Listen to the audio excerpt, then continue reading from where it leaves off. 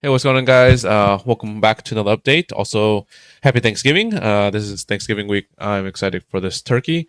But let's go ahead and jump in. And I wanted to show you guys my ICP test.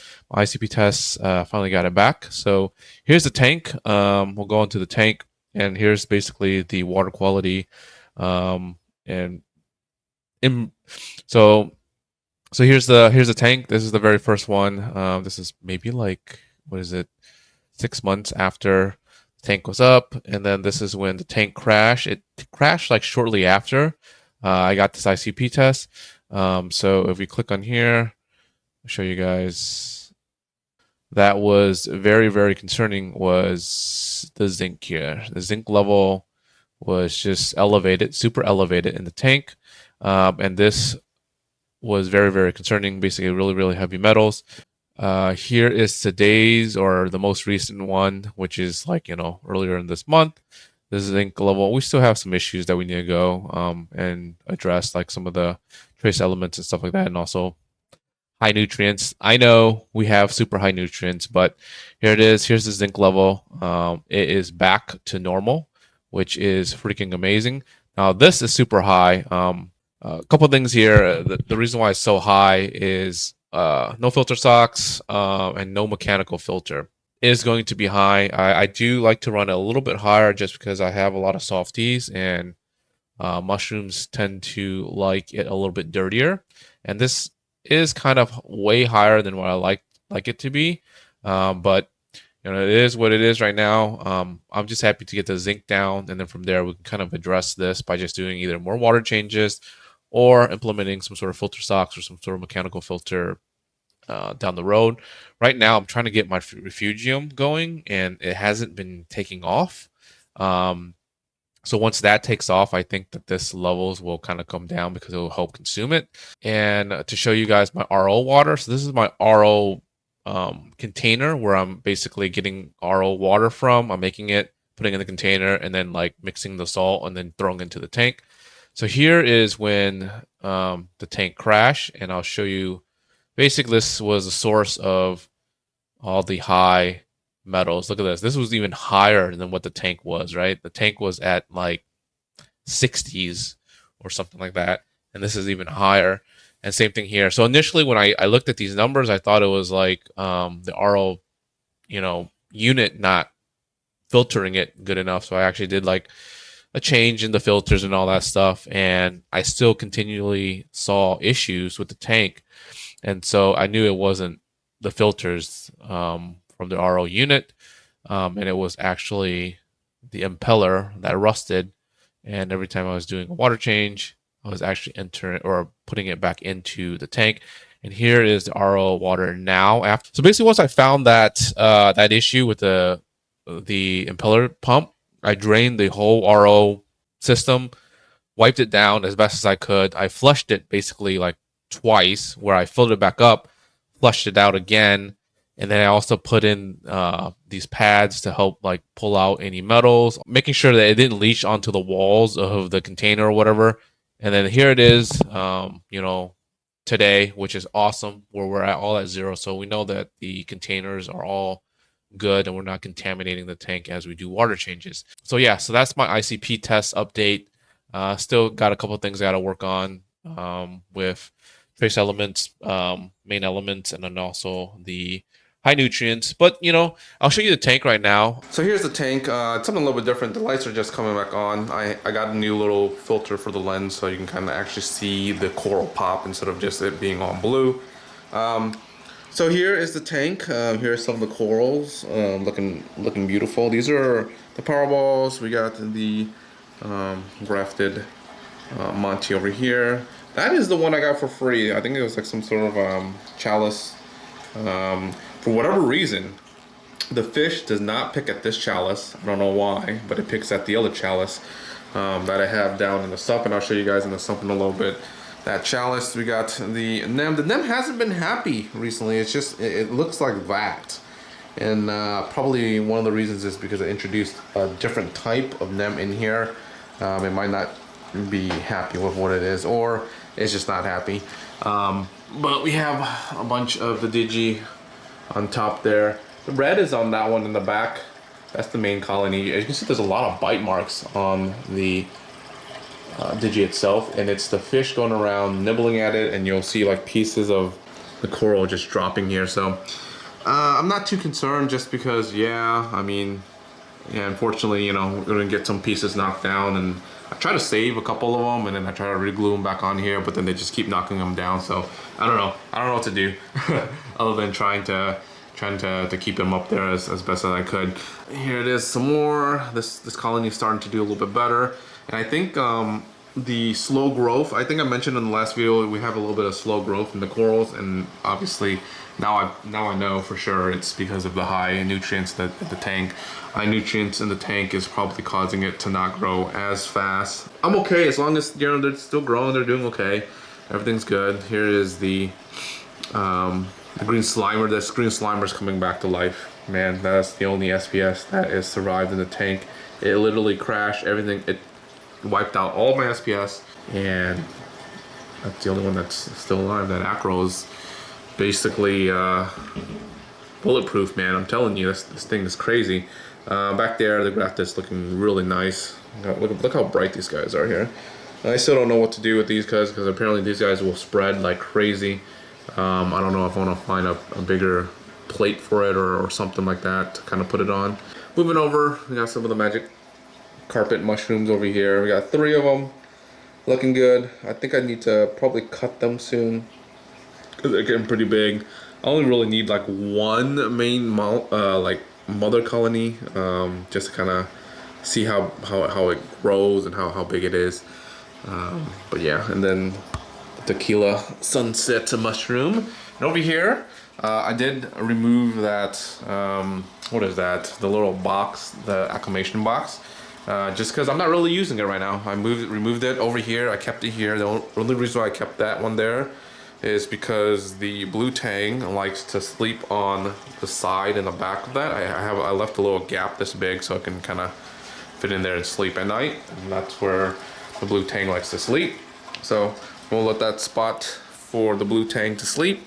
Moved a couple of the corals over here, just kind of get something going on over here. The black mamba bounce mushroom over there is not looking too happy. It was doing pretty good, and then all of a sudden it was not, you know, with the bounces. So not really sure what's going on there, but we'll kind of let it do its thing. But the fish are all doing good. We just fed it some nori here, and they're munching on the nori. No, I mean, the aggression's about the same. We still have the mirror on the side and the far right to kind of get it, you know, distractions or whatever, but nothing really new going on with the tank other than we added some new corals, and all the new corals are mushrooms and they're in the sump, so I'll kind of move down to the sump here. Here's a refugium that I'm trying to get going again. We're having algae issues down here where it's like blocking these guys from growing, or maybe it's too much light. I've been kind of playing with the light, kind of dialing it down a little bit slowly, and it seems like it's working, or growth is getting there, but the blue hypnea is starting to grow. It's starting to latch onto the side there, as you can see. I'm just waiting for it to take off, because once it takes off, then it'll outcompete the algae. But right now the algae is winning the war, and same thing on this side here. So yeah, it is what it is. This light, is this light even on? This light's not on yet, so that's why. We got the clams, and those are all the ones that they kept getting knocked down, and they're growing down here now until they can be glued onto the rocks. Here are a couple of new mushrooms. We got the OG Godzilla again. For whatever reason, I just would have really good, well, I take it back. I did have really good luck with the OG initially. Tank crash, killed both of them. And then I bought another one, but it was a baby. And for whatever reason, that one just melted away. And so I got another one that was slightly bigger, because I was figuring maybe it's just a baby that didn't really grow well. Hopefully this one does well. This one over here that's kind of being blocked, that one is the doughboy. That one's still tiny as heck. it like detached itself, and now I just had to reattach itself onto that. So hopefully that does well. The one next to it here, I've been looking for this for a long time. They kind of like discontinued that one, but that is the TSA Infinity Gauntlet Bounce Mushroom. Look at that guy. Recently got it, so it's not happy yet. We'll let it do its thing. So here is that chalice that does not do well in the display tank, but look how big it is. It's on a 3-inch disc. It's growing. I need to figure out a way to cut it. I don't have any real bandsaw or any tools to really cut it, so figure that out. But the 3-inch disc is actually the ring that's right there.